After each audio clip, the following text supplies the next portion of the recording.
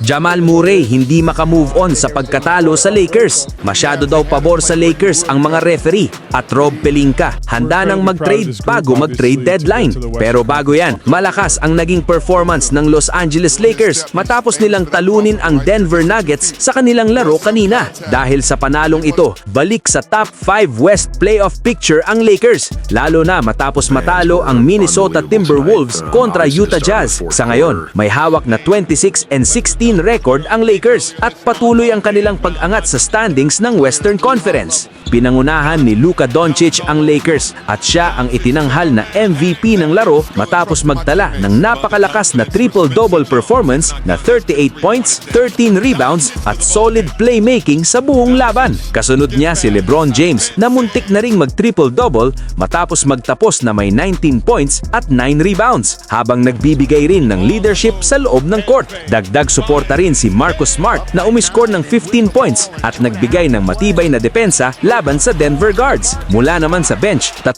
players ng Lakers ang nag-ambag ng tig 9 points, sina Rui Hachimura, Jackson Hayes at two-way player na si Drew Timme. Kahit 11 minutes lamang ang ibinigay na playing time ni Coach JJ Redick kay Timme, naging epektibo pa rin ito matapos magtala ng 9 points at 3 rebounds. Sa huling 3 laro, may average si Timme na 11 points, 2.7 rebounds at 2 assists kada game na patunay ng kanyang consistency. Ayon sa mga analysts at maraming Lakers fans, malaki ang naitutulong ni Drew Timme sa team, kaya deserve daw nito ng mas mahabang minuto sa rotation. Sinang-ayunan din ito ni LeBron James na nagsabing matalino at disiplinadong player si Timme at masaya siyang makita ang tiwalang ibinibigay ng coaching staff sa kanilang two-way player. Samantala, naging viral naman ang post-game interview ni Jamal Murray matapos nitong sabihin na hindi raw patas ang ilang tawag ng referees na nakaapekto sa momentum ng Nuggets at ayon sa kanya, may tsansa sana silang manalo kung naging maayos lang ang officiating.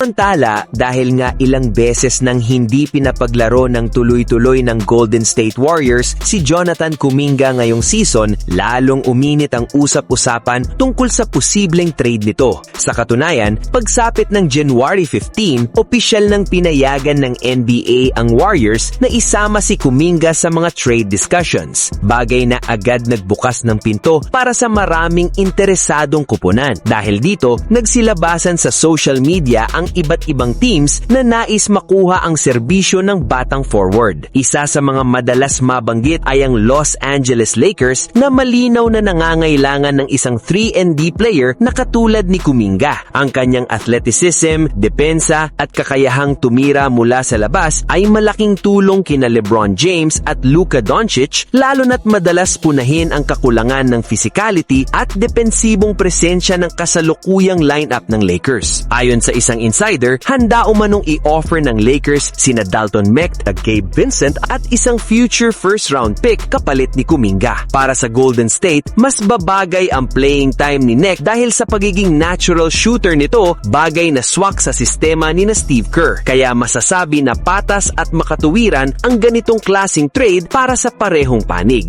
Bukod kay Kuminga, isa pang pangalang na uugnay sa Lakers ay si Jaren Jackson Jr. Muling naging mainit ang usapin nang banggitin umano ni Rich Paul, agent ni LeBron, na dapat isaalang-alang ang pag-trade kay Austin Reeves kapalit si Triple J. Malaki ang maitutulong ni Jaren Jackson Jr. sa Lakers dahil isa siyang elite rim protector at floor spacer na big man. Ang kanyang depensa sa ilalim ay magpapagaan sa trabaho ni LeBron habang ang kakayahan niyang tumira mula sa tres ay magbibigay ng mas maluwag na espasyo para kay Luka Doncic na mag-operate sa opensa. Sa kabuuan, alinman kina Kuminga o Jaren Jackson Jr. ay maaaring maging missing piece ng Lakers para sa mas malalim na playoff run.